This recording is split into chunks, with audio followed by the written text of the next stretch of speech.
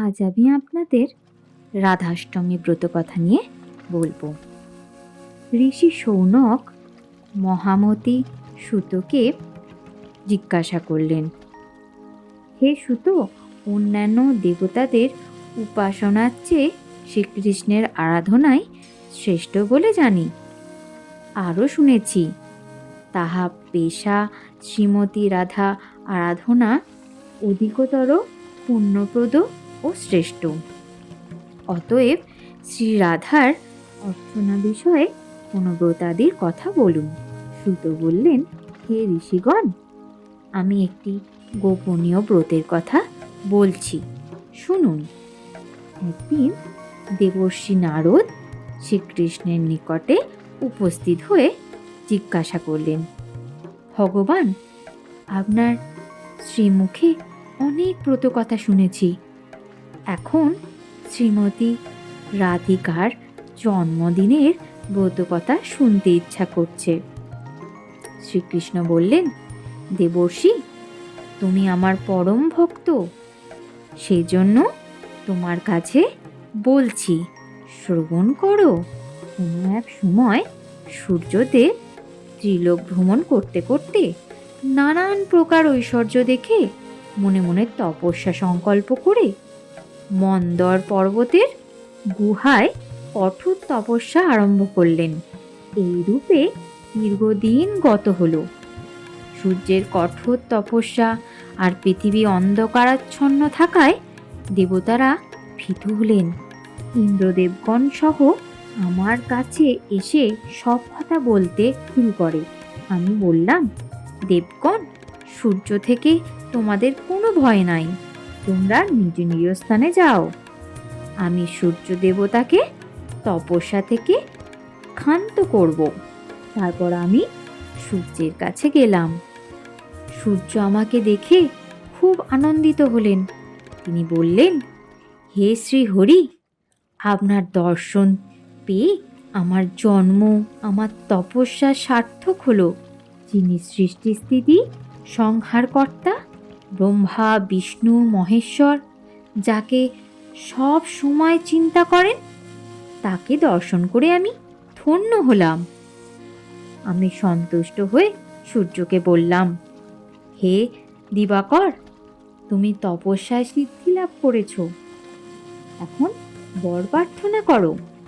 তুমি আমার পরম ভক্ত, সেই জন্যে তোমাকে আমি দর্শন দিলাম। এই কথা শুনে সূর্য বললেন, আমাকে একটি গুণবতী কন্যার বর দিন। আপনি চিরদিন সেই কন্যাটির বশীভূত হয়ে থাকবেন। এছাড়া আমার আর কোনো ইচ্ছা নাই। তাকে বললাম, এই ত্রিলোকে আমি একমাত্র শ্রী রাধিকারই বশীভূত। শ্রীমতী রাধা এবং আমাতে কোনো প্রভেদ নাই। আমি পৃথিবীর ভার লাঘবের জন্য বৃন্দাবনে নন্দালয় অবতীর্ণ হব। তুমিও সেখানে বৃষভানু নামে রাজা হয়ে জন্মগ্রহণ করবে। শ্রীমতী রাধা তোমার কন্যারূপে অবতীর্ণ হবে। তারপর শ্রীহরি মথুরায় জন্মগ্রহণ করে নন্দালয় এলেন। সূর্যদেব বৈশ্যকুলে জন্মগ্রহণ করে বৃষভানু রাজা হলেন। গোকন্যা কীর্তিদার সঙ্গে তার বিবাহ হলো। যথাকালে ভাদ্র মাসে শুক্লপক্ষে অষ্টমী তিথিতে বিশাখা নক্ষত্রে কীর্তিদার গর্ভে শ্রীমতী রাধিকা জন্মগ্রহণ করলেন।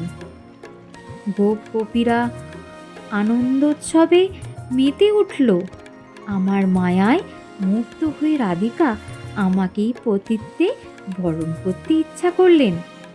যথাকালে আয়ান ঘোষের সঙ্গে শ্রী রাধার বিবাহ হলো।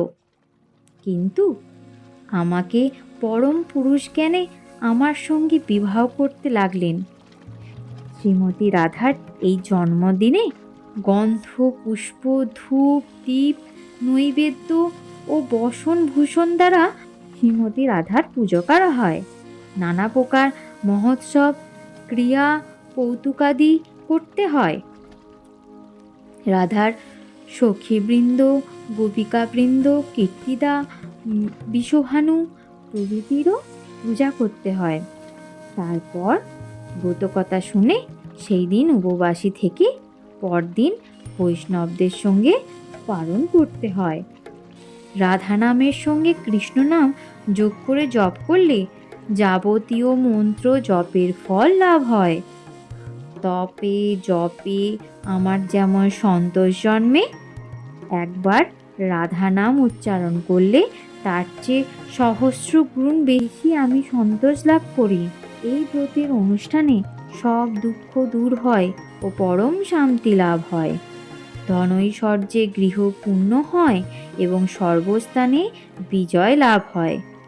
ভক্তের কাছে এই ব্রতের কথা বললে সমস্ত অমঙ্গল দূর হয়, কিন্তু ভণ্ড, পাষণ্ড, ভক্তিহীন নাস্তিকদের কাছে প্রকাশ করতে নাই, তা অমঙ্গল হয়। শ্রীকৃষ্ণের কাছে এই কথা শুনে নারদ মর্তে এই ব্রত প্রচার করলেন আর নিজেও ব্রত পালন করলেন। রাধে রাধে। জয় জগন্নাথ, জয় শ্রীকৃষ্ণ। চ্যানেলটি ভালো লাগলে লাইক, শেয়ার এবং সাবস্ক্রাইব অবশ্যই করবেন।